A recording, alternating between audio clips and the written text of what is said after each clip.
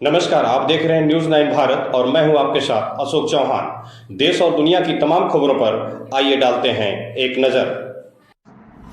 बलिया के criminal and revenue bar association Ballia के चुनाव की सरगर्मियां तेज हो गई हैं। बार में पदाधिकारी बनने के लिए प्रत्याशी बनकर चुनाव लड़ने वाले प्रत्याशियों का संपर्क अभियान तेज हो गया है। बार एसोसिएशन के अध्यक्ष पद के प्रत्याशी रणजीत सिंह उर्फ साधु सिंह ने शुक्रवार को अपना पर्चा दाखिल करने के बाद समर्थकों संग जिला व सत्र न्यायालय परिसर में अधिवक्ताओं से अपने लिए समर्थन मांगा।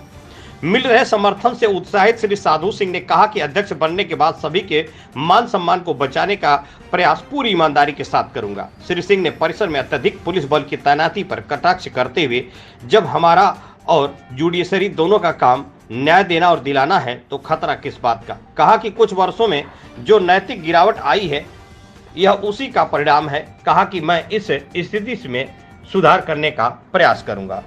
वरिष्ठ अधिवक्ता राम शरीक राम ने श्री साधु सिंह को समर्थन करते हुए कहा कि हम लोग बार में आमूल चूल परिवर्तन करना चाहते हैं। कहा कि हमारे अध्यक्ष रणजीत सिंह उर्फ साधु सिंह ही हैं।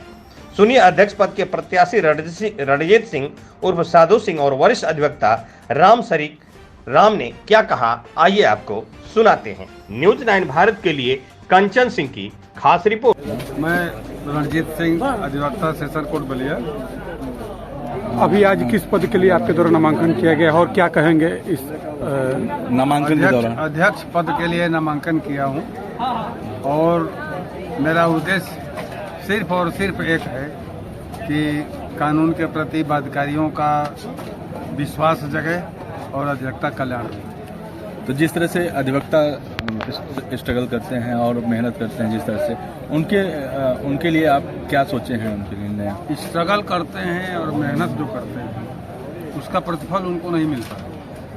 जिस तरह से नमक का स्वाद जीभ बता देती है उसी तरह से पत्रावली भी बताती है कि क्या होगा। लेकिन हम आज सेशन कोर्ट से जिसकी अपेक्षा करते हैं वो नहीं मिल पा रहा। और क्यों नहीं मिल पा रहा है, इसके लिए कठिन लड़ाई लड़नी है। सुप्रीम कोर्ट, सर्वोच्च न्यायालय और उच्च न्यायालय अपने दायित्व का निर्वहन अगर अच्छी तरीके से करे तो सब काम यहाँ सुचारू रूप से चल सकता है। कानून में कोई परिवर्तन नहीं होगा। लेकिन आज जो परिस्थिति है, यहाँ सेशन कोर्ट में बहुत कम न्यायालय ऐसे हैं जो यह ध्यान देते हैं कि बाध्यकारी का हित कैसे हो। नहीं तो बस अपने दायित्व का निर्वहन कैसे करेंगे इसके बारे में भी जो जिसके लिए बैठे हैं वो नहीं कर पा रहे। तब वो कैसे करें इसके लिए हम लड़ाई लड़ेंगे और पूरे पूर्वांचल को, बाकी की तो मैं बात नहीं कर सकता। अगर ईश्वर ने चाहा और मैं उस पद पर बैठा तो पूरे पूर्वांचल को लेकर के, क्योंकि हर जगह की स्थिति है, पूरे पूर्वांचल को लेकर के मैं प्रयास करूंगा कि हाई कोर्ट और सुप्रीम कोर्ट इस पर ध्यान दे और ऐसी व्यवस्था करे जिससे कि बाध्यकारियों को न्याय मिल सके। आज स्थिति क्या है, आज बाध्यकारी जब कदम रख रहा है कचहरी में तो टैलेंट नहीं देखता कौन अच्छा वकील है, वो ये देखता है कि कौन वकील है जो मेरा काम करा देगा। अब यह स्थिति क्यों आई, कौन वकील है जो मेरा काम करा देगा, यह स्थिति आई क्यों? और उससे निजात दिलाने के लिए मुझे जितनी लड़ाई लड़नी पड़े मैं वो सब लड़ूंगा। देखने में आ रहा है कि आजकल कचहरी 20 साल पहले अगर देखा जाए तो कचहरी में सुरक्षा व्यवस्था नाम मात्र की हुआ करती थी, लेकिन आज के डेट में कचहरी फोर्स की एक टुकड़ी हमेशा रह रही है। क्या वजह रही है? तो क्यों हुआ? मेरे भाई, आज जो जिस सवाल का प्रश्न आप जिस प्रश्न को आपने उठाया है वह बहुत महत्वपूर्ण प्रश्न है। वह हमारे चरित्र को इंगित करता है, वह हमारे चरित्र की तरफ इशारा कर रहा है कि मेरा चरित्र क्या है। देखिए, अगर आपके अंदर किसी से द्वेष नहीं है, किसी के प्रति ईर्ष्या नहीं है तो आपको किसी सुरक्षा की जरूरत नहीं है। लेकिन जहां आपके मन में किसी के प्रति द्वेष और ईर्ष्या है तो आप कमजोर वही हो जाते हैं। मुझे भी कहा जाता है ऑफिसर साहब द कोर्ट, मैं भी तो वही करता हूं जो वो करते हैं, लेकिन मेरे लिए किसी सुरक्षा की जरूरत नहीं। और वो बिना सुरक्षा के आज बैठते नहीं है। आखिर क्यों?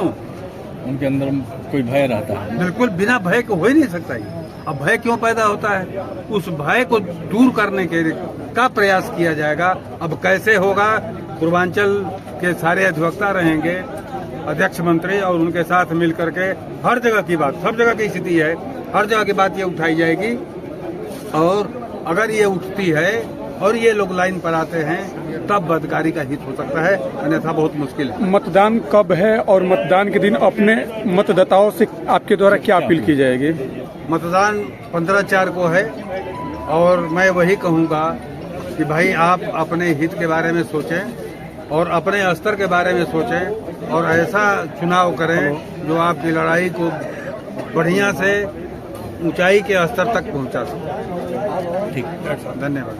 करना चाहते हैं हम लोग बार में आमूल परिवर्तन करना चाहते हैं। आप तो सबसे सीनियर अधिवक्ता में दिख रहे हैं कि हाँ सबसे ज्यादा लोगों जनता का विश्वास न्यायपालिका पे होता है। न्याय यहाँ जब अगर ये अध्यक्ष बन जाते हैं सबसे ज्यादा कोर्ट भी खाली रहता है इस समय, या कभी भी जब कोर्ट नहीं बैठेगा तो लड़कियां या लड़की किसी को कैसे न्याय मिलेगा? तो इसके लिए आप लोग क्या कर रहे हैं? आप बहुत सही कह रहे हैं। जब जज साहब ने बुलाया था 1 जनवरी मनाने के लिए तो मैंने जज साहब से कहा था कि सर हम लोगों को शिकायत सुनते सुनते हम लोगों का कपार दर्द करने लगता है कि साहब कुछ हो तो नहीं थे। लोग आते हैं तो बोलते हैं साहब कुछ हो तो नहीं थे।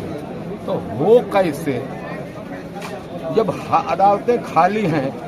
जब अदालतें खाली हैं तो ये तो सरकार की कमी है ना कि यहाँ अदालतें खाली हैं तो कह रहे हैं बेलथरा रोड जाएगा, तो सिकंदरपुर जाएगा, और मजिस्ट्रेट यहाँ है ही नहीं है, अदालत खाली है। ठीक है, तो कहने का मतलब यह है कि ये अदालतों को भी ध्यान देना है और जुडिशियल एडमिनिस्ट्रेशन को भी ध्यान देना है कि हाकिमों से अदालतें खाली न रहें। जब अदालतें रहेंगी तो उस पीड़ित को न्याय मिलेगा, वकील लोग अपना काम करेंगे तो न्याय मिलेगा। तो इसमें तो जुडिशियल सिस्टम गड़बड़ होता है।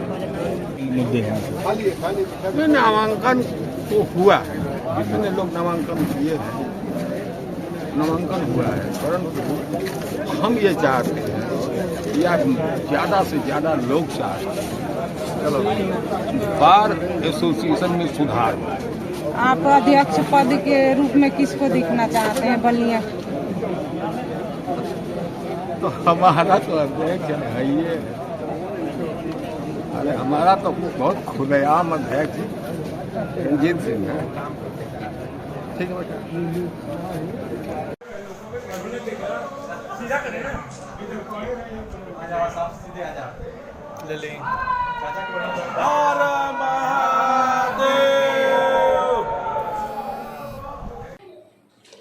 यहाँ खबरों का सिलसिला कभी नहीं थमता। सिर्फ और सिर्फ बने रहिए न्यूज़ 9 भारत पर।